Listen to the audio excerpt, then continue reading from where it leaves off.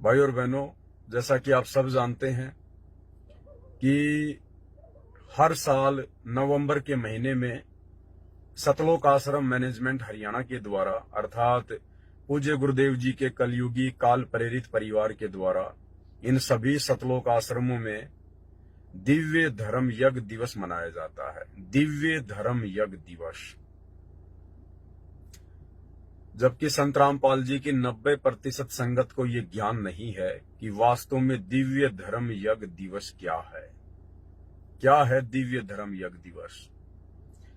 सतलोक आश्रम वाले तो 650 साल पहले की एक घटना, जिस घटना के माध्यम से उस समय कबीर परमात्मा जी को बदनाम करने के लिए राजा सिकंदर लोदी के गुरु शेख तकी ने झूठी चिट्ठियां कबीर जी के नाम से डाल दी थी कि भाई कबीर काशी में भंडारा करेगा, साथ में एक एक सोने की मोहर देगा, एक एक दोहर देगा, और जैसा भी आपको सामान चाहिए खाने पीने का वो भी देगा। तो 650 साल पहले कबीर परमात्मा को बदनाम करने के लिए, उनसे काशी शहर छुड़वाने के लिए कि कबीर तो एक गरीब जुलाहा है, सुबह खाना खाता है, शाम का पता नहीं, और जब 18-20 लाख लोग इसके दर पर आ जाएंगे तो ये कैसे खाना खिलाएगा, ये तो काशी छोड़कर भाग जाएगा। तो ये जो दिव्य धर्म यज्ञ दिवस मनाया जाता है ना, ये दिव्य धर्म यज्ञ दिवस वैसे वर्तमान में नहीं मनाना चाहिए, क्योंकि ये तो भगवान को बदनाम करने के लिए मनाया गया था। जैसा कि काल प्रेरणा से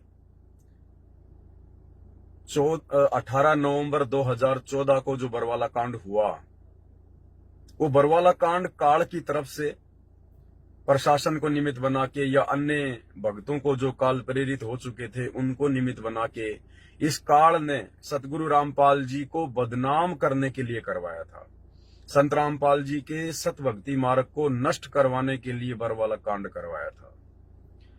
अब यदि कोई हर साल बरवाला कांड की याद में कोई यज्ञ मनाए, कोई दिवस मनाए, तो ये उन भक्तों की महामूर्खता को जाहिर करता है।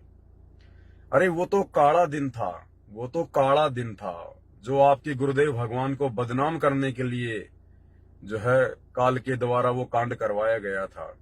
अरे उस काले दिन को क्या याद करना, उस काले दिन को क्या याद करना, वो तो काल प्रेरणा से था, मनवस भक्तों के द्वारा करवाया गया वो कांड था, गुरु को बदनाम करवाने के लिए करवाया गया वो कांड था।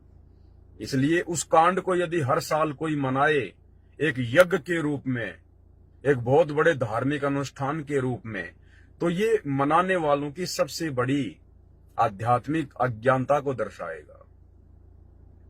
ठीक इसी प्रकार वर्तमान में सतगुरु रामपाल जी परमेश्वर जी के कलयुगी परिवार के द्वारा, जिनको तत्व ज्ञान की छींट भी नहीं है, और इन लोगों के द्वारा जो नवंबर के महीने में दिव्य धर्म यज्ञ दिवस मनाया जाता है कि 650 साल पहले परमात्मा ने भंडारा किया था, 18 लाख लोगों को भंडारा करवाया था।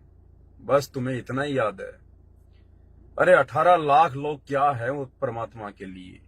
वो परमात्मा तो तीनों लोकों में असंख्य आत्माओं को रोजाना दिन में 3 बार भंडारा करवाता है। तीनों लोकों में प्रवेश करके जो परमात्मा सबका भरण पोषण करता है, अरे उस परमात्मा का तुम 18 लाख लोगों के लिए करवाए गए भंडारे को तुम लोग जो है संगत में इस प्रकार से बढ़ा चढ़ा के अपने धार्मिक धंधे के रूप में पेश कर रहे हो। वो परमात्मा तो प्रतिदिन असंख्य युगों से, जब से सृष्टि रची गई है, ये तो असंख्य आत्माओं को रोजाना भंडारा करवा रहा है, रोजाना। तो भाई और बहनों, ये जो सतलोक आश्रमों में दिव्य धर्म यज्ञ दिवस के नाम पे जो ड्रामेबाजी चल रही है, ये काल प्रेरणा से जो पाखंड शुरू कर रखा है, ये असल में दिव्य धर्म धंधा दिवस है। ये दिव्य धर्म धंधा दिवस है, धंधा दिवस है। संत रामपाल जी की नादान संगत को इन धार्मिक अनुष्ठानों के नाम पर मूर्ख बनाकर और ये धार्मिक धंधा किया जा रहा है। अन्यथा 650 साल पहले जिस भंडारे की याद में जिस भंडारे के नाम पर वर्तमान में दिव्य धर्म यज्ञ दिवस मनाया जा रहा है, अरे वो भंडारा तो हमारे परमात्मा को बदनाम करवाने के लिए जो है वो करवाया गया था, बदनाम करने के लिए। वो तो परमात्मा ने दया बख्शी, वो तो समर्थ थे, अपने समर्थता उन्होंने दिखाई, अन्यथा उनको तो बदनाम करवाने के लिए वो ड्रामा किया गया था शेख तकी के द्वारा। और वही ड्रामा वर्तमान में सतलोक आश्रम वालों ने शुरू कर दिया है, उसी परमात्मा के नाम की आड़ में, संत रामपाल जी के नाम की आड़ में। तो भाई और बहनों, ये टोटली धर्म को धंधा बनाया जा रहा है, टोटली धर्म को धंधा। असल में दिव्य धर्म यज्ञ दिवस क्या है, इसकी तो किसी को पहचान ही नहीं है, किसी को जानकारी ही नहीं है, क्योंकि ये काल की 21 ब्रह्मांड की सृष्टि है। और यहां पर परमात्मा खुद भी आकर अंत में रोता है, अंत में भगवान को भी रोना पड़ता है, माथे पे थप्पी मारनी पड़ती है कि मैं किन मूर्खों के साथ में माथा पच्ची कर रहा हूं। इतना ज्ञान समझा दिया, इतना बता दिया, उसके बावजूद भी इनके समझ में नहीं आ रहा कि हमारे को असल में करना क्या चाहिए। समय निकलता जा रहा है और ड्रामेबाजी में लोगों को आनंद आता है। तो अंत में परमात्मा भी रोता है इस गंदे लोक में कि मैं रोवत हूं सृष्टि को, ये सृष्टि रोवे मोहे, और गरीब दास इस वियोग को समझ ना सकता कोई। अब असल में दिव्य धर्म यज्ञ दिवस क्या है जो भक्तों ने रोजाना मनाना चाहिए? अरे तुम तो साल में एक बार दिव्य धर्म यज्ञ दिवस मनाकर निफराम हो गए। बस वो परमात्मा क्या साल में एक बार ही भोजन करवाता है क्या एक बार ही भंडारा करवाता है क्या वो परमात्मा साल में? अरे वो तो रोजाना दिन में 4-4, 5-5 बार असंख्य ब्रह्मांडों में असंख्य प्राणियों को भंडारा करवा रहा है। अब ये असल में दिव्य धर्म यज्ञ दिवस क्या है? भाई और बहनों, गीता जी अध्याय 3 श्लोक नंबर 13 के अनुसार, जो साधक अपने गुरु को इष्ट रूप में मानकर उनकी पूजा करेगा और जो परमात्मा के विधि विधान अनुसार गुरु को ही इष्ट मानकर प्रतिदिन जो अपने गुरुदेव को भोग लगाएगा और गुरुदेव के भोग लगने के बाद जो बचा कुछ अन्न है वो प्रसाद रूप में खाएगा, भंडारे के रूप में खाएगा, असल में वो दुनिया का सबसे बड़ा दिव्य धर्म यज्ञ दिवस है। ये सबसे बड़ा दिव्य धर्म यज्ञ दिवस है। ये है वो शास्त्र अनुकूल सत भक्ति दिव्य धर्म यज्ञ दिवस। तो इस पूरी सृष्टि में, 21 ब्रह्मांड में और इस पृथ्वी पर वर्तमान में यदि वास्तव में कोई दिव्य धर्म यज्ञ दिवस मना रहा है, प्रतिदिन मना रहा है, परमेश्वर के विधि विधान अनुसार मना रहा है, तो केवल सत्सेवक भाई बहन है, जो गीता जी अध्याय 3 श्लोक 13 के अनुसार अपने गुरु को ही इष्ट मानकर प्रतिदिन उन्हें भोग लगाते हैं। वो सबसे बड़ा दिव्य धर्म यज्ञ दिवस है। उससे बड़ा दिव्य धर्म यज्ञ दिवस सृष्टि में कोई दूसरा नहीं है। और उन आश्रमों में केवल दिव्य धर्म यज्ञ दिवस के नाम पे धार्मिक धंधा किया जा रहा है। वहां गुरुदेव को इष्ट मानकर भोग नहीं लगाया जाता है, वहां गुरु को परमात्मा मानकर भक्ति नहीं की जाती है, वहां इष्ट माना जाता है। कबीर जी 650 साल पहले जिस रूप में आए थे, उस रूप से मिलती जुलती एक हाथ से बनाई हुई नकली काल्पनिक मुर्दा फोटो, उस कागज के टुकड़े को भगवान मानकर कि भाई ये कबीर जी की फोटो है, उस नकली कबीर को भगवान मानकर सिर्फ काल प्रेरणा से ड्रामेबाजी की जा रही है। भगत भाई बहनों का अनमोल समय बर्बाद करवाया जा रहा है। भगत भाई बहनों की अनमोल श्वासें बर्बाद करवाई जा रही है और भक्तों को दान धर्म और ज्योति पाठ के नाम पर बलि का बकरा बनाया जा रहा है। वो कोई दिव्य धर्म यज्ञ दिवस नहीं है, उसका किसी भी प्रकार का कोई बेनिफिट नहीं मिलने वाला है इस भक्ति मार्ग में, क्योंकि ये ज्ञान मार्ग है, सत भक्ति मार्ग है, मोक्ष मार्ग है। इस मार्ग में हमने वही क्रिया करनी पड़ेगी जो क्रिया शास्त्र विधि के अनुसार है। तो ये जो दिव्य धर्म यज्ञ दिवस इन सतलोक आश्रमों में काशी वाले भंडारे की याद में बनाया जा रहा है, ये शास्त्र विधि को त्याग के मनमाना आचरण किया जा रहा है, मनमाना आचरण काल प्रेरणा से। और इससे भक्तों को नुकसान ही नुकसान होगा, नुकसान ही नुकसान।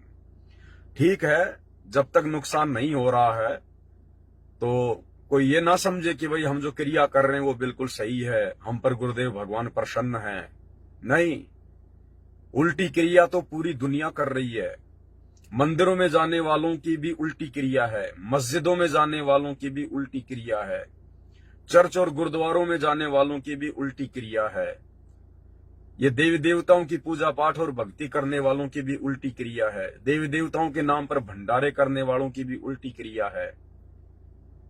लेकिन दुख और परेशानियां तो उनके सामने भी नहीं आ रही, और वो लोग भी ये सोच बैठते हैं कि हम जो देवी देवताओं की पूजा कर रहे हैं, जो भंडारे कर रहे हैं, मंदिरों में मस्जिदों में जा रहे हैं, हमारी भक्ति बहुत अच्छी है, भगवान हम पे प्रसन्न है, हमारे काम धंधे बहुत अच्छे चल रहे हैं, हमारे पास बड़ी बड़ी फैक्ट्रियां हैं, हमने राजपद प्राप्त कर लिए इन्हीं देवी देवताओं की पूजा पाठ करते करते। लेकिन असल में आप और हम भगत भाई बहनों को गुरुदेव के ज्ञान आधार से अब पता चल गया कि उनको इन देवी देवताओं की आधी अधूरी भक्ति करते करते, शास्त्र विरुद्ध साधना करते करते, ये भंडारे करते और करवाते जो थोड़े बहुत लाभ प्राप्त हो रहे हैं, कोई मंत्री बन गया है, किसी की फैक्ट्री लग गई है, किसी के घर में लॉटरी लग गई है, कोई बहुत बड़ा पैसे वाला बन गया, किसी का काम धंधा बहुत अच्छा चल रहा है, असल में ये उनको उन्हीं के पिछले जन्मों की भक्ति के प्रतिफल में ये काल उनको जो भी धन संपदा है वो दे रहा है, सुख दे रहा है। वर्तमान में उनको किसी भी प्रकार का लाभ जो क्रिया वो कर रहे हैं उससे आने वाले समय में नहीं मिलने वाला है। और जब तक उनकी पिछली बैटरी चार्ज है, उनके पिछले पुण्य संचित हैं, तब तक वो चाहे देवी देवताओं की भक्ति करें ना करें, चाहे भंडारे करें ना करें, चाहे रोजाना शराब के ठेके खोलें, चाहे शराब पिएं, चाहे मांस खाएं, उनका बाढ़ भी वाका नहीं होगा। और जिस दिन उनके पिछले पुण्यों वाली बैटरी खर्च हो जाएगी, समाप्त हो जाएगी, उस दिन के बाद फिर उनकी दुर्गति जग जाहिर होती है। एक्सीडेंट में मरते हैं, रोड पर चिपक जाते हैं, किसी का पैर कट गया, किसी का हाथ कट गया, किसी की आंखें फूट गई, कोई बीमारी में हॉस्पिटल में तड़प रहा है। फिर ये क्यों हुआ भाई? अरे आप तो भक्ति कर रहे थे ना, आप तो देवी देवताओं को प्रसन्न कर रहे थे, भक्ति कर रहे थे, भंडारे कर रहे थे, फिर अचानक से आप लोगों के ऊपर पहाड़ जैसी आपत्तियां क्यों आ गई? क्योंकि आप जो कर रहे थे वो शास्त्रों के अनुसार नहीं था, वो विधि विधान अनुसार नहीं था, वो आप देखा देखी कर रहे थे, भेड़ चाल में कर रहे थे।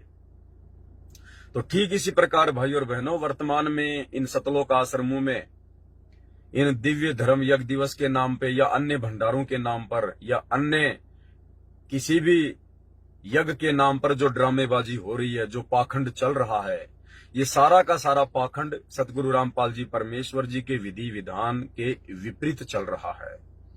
और ये भगत भाई बहन समझ रहे हैं कि हम तो बिल्कुल सही भक्ति कर रहे हैं, हमारे को लाभ भी हो रहे हैं, विशेष कोई नुकसान भी नहीं हो रहा है। लेकिन भाई ये तो आने वाले समय में पता चलेगा जब तुम्हारी पहले की संचित भक्ति कमाई नष्ट होगी, समाप्त होगी। और वर्तमान में तुम सबके नाम खंडित हैं, वर्तमान में तुम सबकी मर्यादा खंडित है, क्योंकि सतलोक आश्रम मैनेजमेंट हरियाणा ने, गुरुदेव के कलयुगी परिवार ने आप लोगों को ना घर का छोड़ा, ना घाट का धोबी का कुत्ता बना के छोड़ दिया है। इस बात का आभास हम सत्सेवकों को है, क्योंकि हम परमेश्वर के भक्ति विधि विधान अनुसार भक्ति करते हैं, हम परमेश्वर के सत्संग ध्यान से सुनते हैं, इसलिए हमें पता है कि भक्ति मार्ग में कौन से कर्म करने योग्य हैं और कौन से कर्म ना करने योग्य हैं।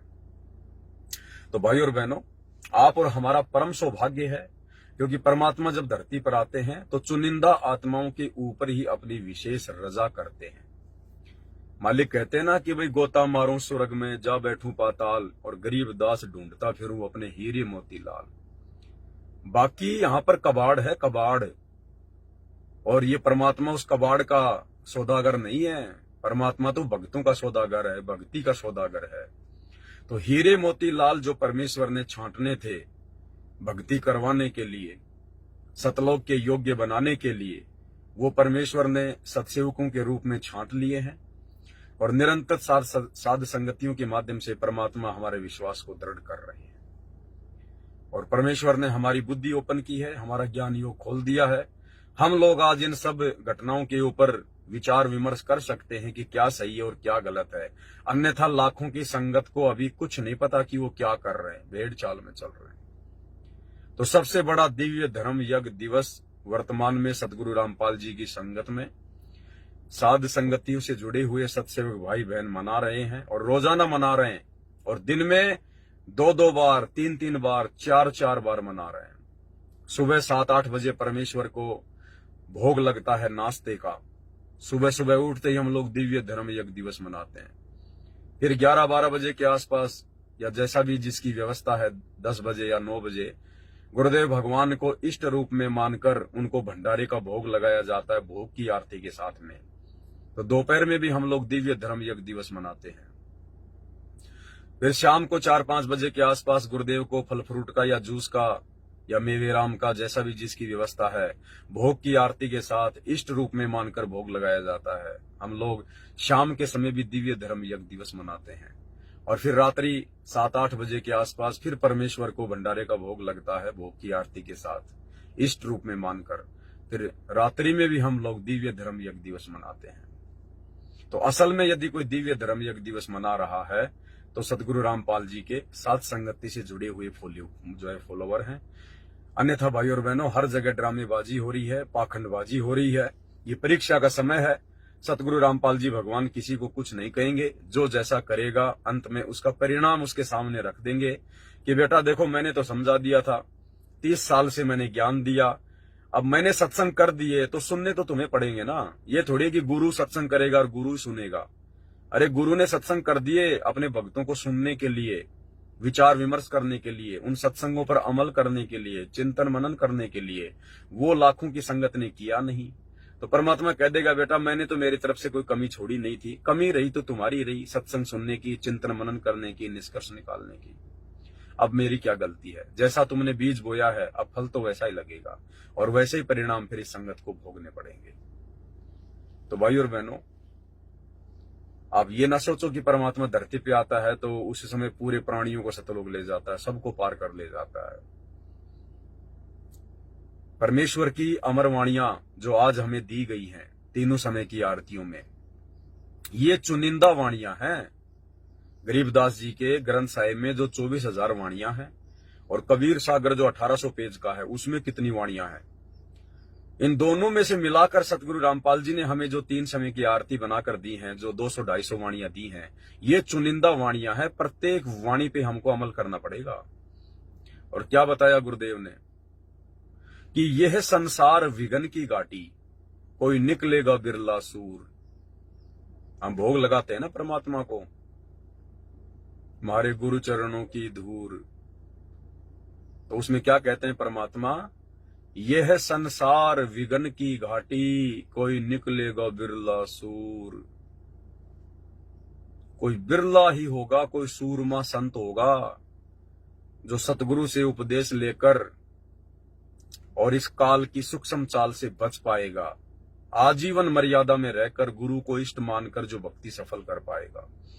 ये संसार विघन की घाटी, विघन की घाटी यानी बहुत बड़ा लफड़ा है। यहाँ पर काल का बहुत बड़ा बखेड़ा है।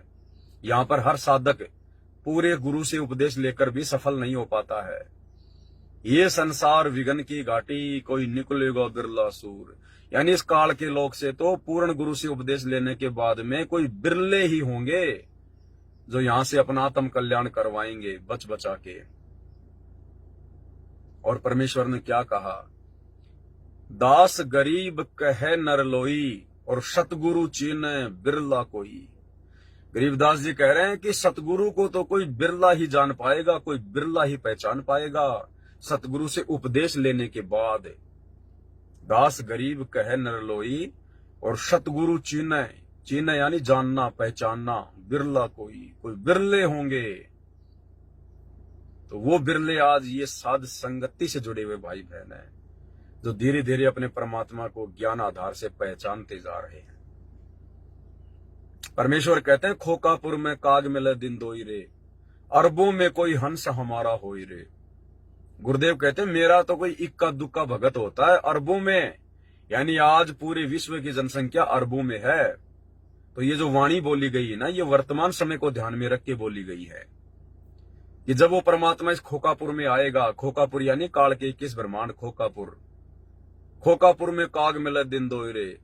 तो परमात्मा कहते हैं यहाँ पर भगत तो मेरे बहुत ज्यादा हो जाएंगे, फॉलोवर तो मेरे करोड़ों में अरबों में हो जाएंगे, लेकिन उनमें से मेरे भगत कितने होंगे जो सतलोक जाने के लिए तैयार रहेंगे? तो परमेश्वर कहते हैं, खोकापुर में काग मिले दिन दोई रे, अरबों में कोई हंस हमारा होई रे। करोड़ों में अरबों में परमात्मा के कोई बच्चे होंगे जो अपने आत्म कल्याण के लिए इस काल की सूक्ष्म चाल से बच बचा के अपनी भक्ति को आजीवन मर्यादा में रह के प्रफुल्लित करेंगे। बहुत भयंकर लफड़ा है भाई और बहनों, बहुत भयंकर। और इससे केवल वही बच सकता है, वही साधक बच सकता है जिस साधक पर उसके गुरुदेव भगवान की असीम कृपा होगी। असीम, एंडलेस कृपा। और वो एंडलेस कृपा, वो असीम कृपा केवल साध संगति से जुड़े हुए सत्सेवक भाई बहनों के ऊपर है। तो भाई और बहनों, हम इस दया को इसी प्रकार से बना के रखें। और ये कबीर सागर के सरलार्थ के ऊपर जो परमात्मा वीडियो बनवा रहे हैं, एक एक वीडियो भाई और बहन, एक एक वीडियो, इन वीडियो की कोई कीमत नहीं है, कोई कीमत नहीं है। अगर ये तीनों लोक भी एक तरफ रख दिए जाए, पृथ्वी, पाताल और आकाश, ये स्वर्ग लोक, और ये सात संगति का एक एक वीडियो अगर एक तरफ रखा जाए, तो इन तीनों लोकों का वजन कम है। क्योंकि ये तीनों लोग तो जेल हैं, और ये सात संगति के वीडियो हमारे विश्वास को बढ़ाकर हमें जेल से बाहर निकालने में हमारी मदद करेंगे। तो वार एंड पार नहीं है सतगुरु रामपाल जी भगवान की रजा का, जो रजा उन्होंने सत्सेवकों के ऊपर बख्शी हुई है। तो आज का जो वीडियो है 12 नवंबर का, बहुत ही ज्यादा इंपॉर्टेंट है, बहुत ही ज्यादा महत्वपूर्ण है। और गुरुदेव के छोटे कलयुगी बेटे मनोज का जो इंटरव्यू आया है, उस इंटरव्यू को माध्यम बनाकर ये वीडियो आप भाई बहनों के लिए बनाया गया है। आप लोगों को भली भांति देखने के बाद ज्ञान होगा कि गुरुदेव का परिवार बिल्कुल अंधकार में जी रही है, बिल्कुल अंधकार में। मतलब रत्ती भर भी ज्ञान नहीं है उन लोगों को, गुरुजी के बेटा बेटी भाई बंधु रिश्तेदारों को, इन कोऑर्डिनेटरों को रत्ती भर भी तत्व ज्ञान की छींट नहीं है, रत्ती भर भी। खुद उस मनोज के इंटरव्यू से आप लोगों को साबित कर देंगे। अरे घर में परमात्मा आया हुआ है, घर में भगवान आया हुआ है, और ये लोग अंधेरे में। सही कहा है वो कहावत है कि दीपक नीचे हमेशा अंधेरा रहता है। दीपक के नीचे उसकी रोशनी नहीं जाती, अंधेरा रहता है, और आसपास में दीपक रोशनी कर देता है। तो सतगुरु रामपाल जी के आसपास रहने वाले उनके बेटा बेटी भाई बंधु रिश्तेदार, बड़े बड़े परम भगत जो आश्रम में साथ में रहते थे, वो अंधेरे में जी रहे हैं। पहले भी अंधेरे में जी रहे थे, वर्तमान में भी अंधेरे में जी रहे हैं। और दूर दूर के भगत भाई बहन परमेश्वर के ज्ञान को समझकर, ज्ञान को आधार बनाकर अपना जीवन सफल कर रहे हैं। तो भाई और बहनों, एक बहुत बड़ी रजा गुरुदेव ने बख्शी है आप और हमारे ऊपर। क्योंकि 35 साल हो गए इस मनोज ने कभी अपना इंटरव्यू नहीं दिया, लेकिन जैसे कबीर सागर के सरलार्थ के ऊपर वीडियो बनने शुरू हुए, और आपने देख लिया होगा भाई और बहनों, जो प्रकरण कबीर सागर के सरलार्थ में चल रहा है, उस प्रकरण के अनुसार उस मनोज के वीडियो की अति आवश्यकता थी, अति आवश्यकता। तो ये सतगुरु रामपाल जी परमेश्वर जी ने उस मनोज में प्रेरणा करके और जबरदस्ती वीडियो बनवाया, जबरदस्ती। अन्यथा काल ये वीडियो नहीं बनने देता। ये आप और हमारे लिए परमात्मा ने रजा बख्शी है। ये सोने पे सुहागा कर दिया परमात्मा ने, सोने पे सुहागा। तो भाई और बहनों, ये सात संगति की वीडियो ये वर्तमान में आप और हमारे लिए देखना अति आवश्यक है, अति आवश्यक। ये परमात्मा की विशेष रजा से बन रहे हैं, और जिन पर परमात्मा की विशेष रजा होगी वही आत्मा इन वीडियो को देखेगी पूरा ध्यान से। क्योंकि ये अंदर से हमारी आत्मा को इतना चार्ज कर देंगे, ज्ञान आधार से हमें इतना परिपक्व कर देंगे। ब्रह्मा विष्णु महेश तो छोड़ो, अगर काल और दुर्गा दोनों मिलकर भी संत रामपाल जी के उस भगत को तोड़ने का प्रयास करें, भ्रमित करने का प्रयास करें, तो उन दोनों शक्तियों को मुंह की खाके जानी पड़ेगी।